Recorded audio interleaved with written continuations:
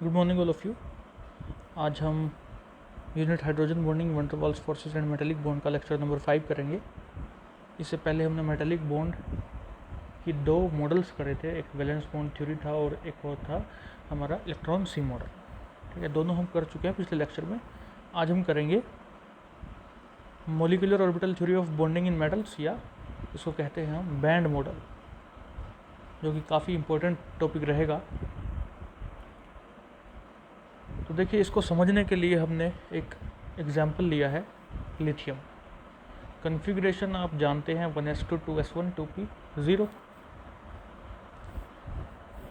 अब देखिए एक चीज़ और जो आपने 12th क्लास में की थी, मोलिकुलर ऑर्बिटल थ्योरी की थी आपने, उसमें आपने देखा था कुछ एटॉमिक ऑर्बिटल्स कंबाइन करके मोलिकुलर ऑर्बिटल बनाते हैं। उसमें मेन चीज़ जो आपको ध्यान में रखनी थी कि दो एटॉमिक ऑर्बिटल जो कंबाइन कर रहे हैं तो दो ही मोलिकुलर ऑर्बिटल बन करके सामने आते हैं। एक की एनर्जी कम होती है, एक की ज़्यादा होती है। यहाँ पर पहले तो थोड़ा सा वही चीज़ है कि दो लिथियम एटम आपको दिखाई दे रहे हैं Li2, तो दो मोलिकुलर ऑर्बिटल बन जाएंगे। ठीक है, two lithium and their atomic orbitals are combining to give us molecular orbital. So one is lower in energy and the upper one is higher in energy. तो नीचे वाले को बोलेंगे बॉन्डिंग मोलिकुलर ऑर्बिटल और अपर वाले को बोलेंगे एंटी बॉन्डिंग मोलिकुलर ऑर्बिटल। अब ऐसे ही अगर तीन लिथियम कंबाइन कर जाएं तो तीन बन जाएंगे, एक एंटी बॉन्डिंग, एक बॉन्डिंग और एक नॉन बॉन्डिंग मोलिकुलर ऑर्बिटल। तीन बनेंगे। ठीक है, सिंपल सी बात है। चार कर जाएंगे तो क्या होगा, देखिए चार कर जाएंगे अगर combine, then what will happen, दो ऊपर बनेंगे, दो नीचे बनेंगे, नीचे वाले बॉन्डिंग होंगे, ऊपर वाले एंटी बॉन्डिंग होंगे। ठीक है, ये मैं फिंगर के साथ उस पर स्क्रीन पे टच करता हूँ तो थोड़ा सा राइटिंग ऐसी आती है, आप ध्यान में रखिएगा। दो बॉन्डिंग बनेंगे और दो एंटी बॉन्डिंग बनेंगे। और अब सोचिए कि बहुत सारे लिथियम हैं, n number of lithium atoms are there, so उतने ही उनके एटॉमिक ऑर्बिटल्स होंगे। ठीक है, देखिए 1s वाला 1s के साथ कंबाइन करता है, 2s वाला 2s के साथ, इस तरह से आपने देखा था। ठीक है, 12th क्लास में। सो उसी तरह से यहाँ पर n number of lithium atoms जब कंबाइन करेंगे तो क्या होगा,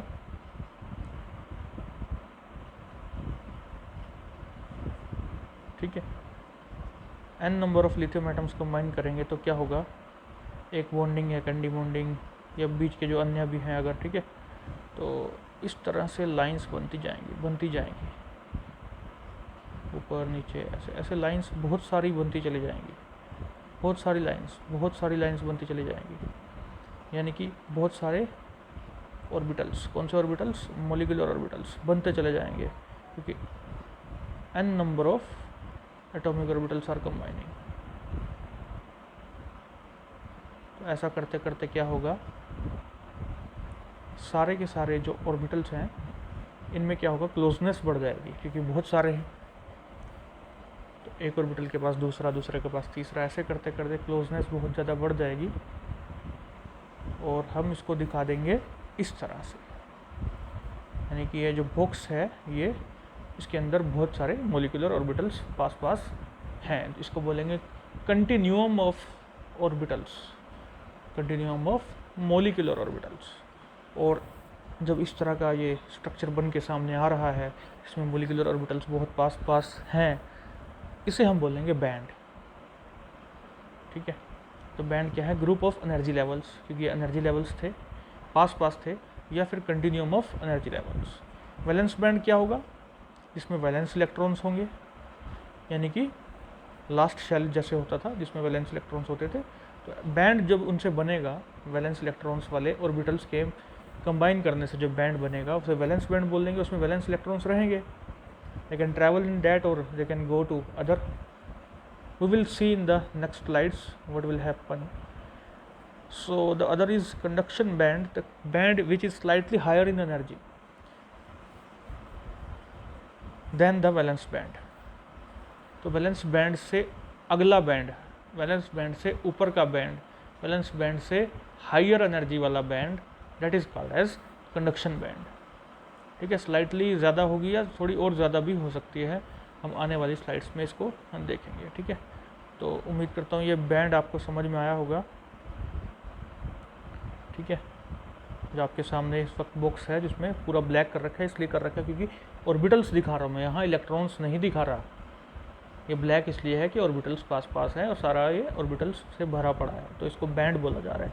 अभी इसके अंदर इलेक्ट्रॉन्स नहीं दिखाए। ठीक है, अब देखिए the energy levels in a band is equal to the number of atoms in the metal. ठीक है, हमने देख लिया। The formation of an energy band depends upon, तो दो हैं चीज़ें जो आपको ध्यान में रखनी है। Close proximity of large number of atoms, बहुत सारे एटम्स हैं और वो जितना क्लोज होंगे उतना ज़्यादा बढ़िया तरीके से उनके एटॉमिक ऑर्बिटल्स कंबाइन करेंगे। ठीक है, और हमें मिलेगा एक बैंड, क्योंकि n number of lithium atoms का आपने देखा और बैंड मिला हमें। ठीक है, दूसरा है the energy difference between the pure atomic orbitals. हाँ ठीक है, एनर्जी डिफरेंस उनमें अगर कम होगा एटॉमिक ऑर्बिटल्स में तो वो कंबाइन बढ़िया करेंगे और उस हिसाब से हमें मॉलिक्यूलर ऑर्बिटल्स मिलेंगे, और मॉलिक्यूलर ऑर्बिटल्स अगर क्लोज होंगे तो उसे हम बैंड बोलेंगे। ठीक है, अब देखिए formation of energy bands in lithium atoms. अब देखते हैं कि बैंड बन कैसे रहा है। लिथियम की कॉन्फ़िगरेशन आपको याद ही है, 1s2 2s1 2p 0 हो जाएगा ना। ठीक है, तो 1s2 फुली फिल्ड है, तो देखो दो के दो इलेक्ट्रॉन हैं, तो n एटम्स हैं, काफ़ी सारे एटम्स हैं, एवोगाड्रो नंबर ऑफ एटम्स हैं। ठीक है, वो कंबाइन कर रहे हैं तो 1s बैंड बनाएंगे, पूरा भरा हुआ। देखिए अब जो ब्लैक है यहाँ पर इस बॉक्स के अंदर, ब्लैक कलर जो है वो शो कर रहा है कि सारे ऑर्बिटल्स भर गए। पहले हमने इलेक्ट्रॉन की बात नहीं करी थी, अभी हम कह रहे हैं कि इलेक्ट्रॉन से भरा पड़ा है। ठीक है, देखिए यहाँ पर अगर दो इलेक्ट्रॉन थे, यानी कि जो 1s ऑर्बिटल था फुल फिल्ड था, दो ही आ सकते हैं, दो ही थे, तो n नंबर में n मान ली 100 हैं तो 100 इंटू 200 हो जाएंगे इलेक्ट्रॉन्स। ठीक है, तो 1s बैंड तो पूरा भर गया। अब देखिए 2s में देखिए यहाँ पर 2s में 1 है, यानी कि आधा भरा है, हाफ फिल्ड है। तो n एटम्स जब कंबाइन करेंगे या n एटम्स के 2s एटॉमिक ऑर्बिटल्स जो कि हाफ फिल्ड हैं वो कंबाइन करेंगे, तो जो 2s बैंड बनेगा बच्चों that is also half filled. देखिए आधा मैंने ब्लैक दिखाया, आधा खाली छोड़ा है, और 2p तो 0 है, तो 2p बैंड भी खाली पड़ा है। देखिए अब एक तो यहाँ पर 2s में कंडक्शन हो सकता है क्योंकि 2s आधा खाली है। ठीक है, इस थ्योरी ने यही कहा था कि भाई 2s खाली है तो ठीक है, electrons can conduct in this, they can travel in 2s band, और इनका ट्रैवल का मतलब है कंडक्शन हो गया, करंट चल गया। दूसरा हम ये इनको कह सकते हैं कि भाई 2p में भी जा सकता है, अदरवाइज 2s में तो कंडक्शन हो ही सकता है। ठीक है, तो इस तरह से आप देख सकते हैं। हमने लिथियम का एग्जांपल देखा, बेरिलियम देखिए। अब बेरिलियम का 1s2 2s2 2p 0। ठीक है, 1s2 को हम दिखा नहीं रहे, अब सिंपल दिखा रहे हैं। अब 1s2 को दिखाने की कोई आवश्यकता नहीं है। ठीक है, जो वैलेंस वाला है वो और जो कंडक्शन बैंड होगा वो हमेशा याद रखिएगा, कंडक्शन बैंड वो होता है जो वैलेंस बैंड से अगला होता है, यानी कि लगभग खाली होता है, खाली होने की पूरी संभावना है। ठीक है, वैलेंस बैंड वो होता है जो भरा होता है, इलेक्ट्रॉन्स होते हैं उसमें। तो यहाँ पर देखिए जो 2s मिल करके बनाएगा वो पूरा भरा होगा, ये पूरा भरा हुआ था, मैंने इसको खाली ऊपर दिखाया है क्योंकि इसके कुछ इलेक्ट्रॉन्स मैंने दिखा दिए हैं कि 2p में चले गए। बिकॉज देखिए 2s अगर पूरा भरा है, 2s का जो बैंड है अगर पूरा भरा है तो 2s में इलेक्ट्रॉन्स चलेंगे नहीं, पूरा भरा हुआ है, तो they can not move, and if they can not move there is no conduction. So ये इस थ्योरी का यहाँ पर एक फेलियर कह सकते हैं, एक लिमिटेशन भी थी। लेकिन बाद में क्या कहा गया, बाद में कहा गया कि भाई ठीक है 2s में नहीं चल सकता है, लेकिन साथ में ही 2p पड़ा है। इन एक्चुअल 2p इसके इस तरह से दिखाना चाहिए, लेकिन हमने थोड़ा सा साइड में दिखाया है ताकि बढ़िया तरीके से हम दिखा सकें के इलेक्ट्रॉन्स कैसे उसमें जा रहे हैं, इसलिए इसको थोड़ा सा साइड में करके दिखाया है हमने, ठीक है। तो होगा क्या, 2s के कुछ इलेक्ट्रॉन्स जो हैं जंप करके इसमें चले गए, क्योंकि ये देखिए यहाँ पर लगभग ओवरलैप था, कोई ज़्यादा एनर्जी तो लगनी नहीं यहाँ पर, ठीक है। तो 2s से 2p में जंप कर गए, so there is conduction in 2p also in 2s now. तो इस तरह से हम एक्सप्लेन कर सकते हैं इन चीज़ों को on the basis of this band theory. अब आप देखिए सोडियम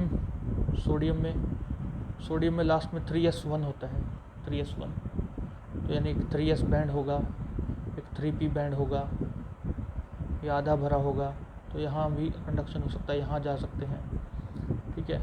इसी तरह से आप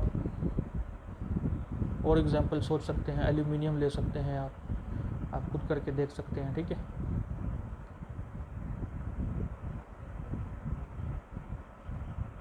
क्योंकि इसमें 3s2 3p1 होगा, 3s पूरा भरा होगा, 3p थोड़ा भरा होगा, तो इस तरह से इसमें हम कह सकते हैं कि कंडक्शन हो जाएगा, ठीक है।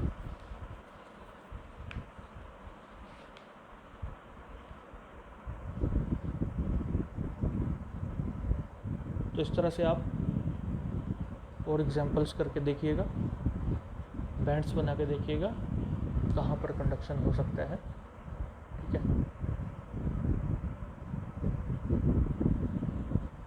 अब ये पिक्चर देखिए, इसमें मेटल्स, सेमी मेटल्स और नॉन मेटल्स को दिखाया गया है।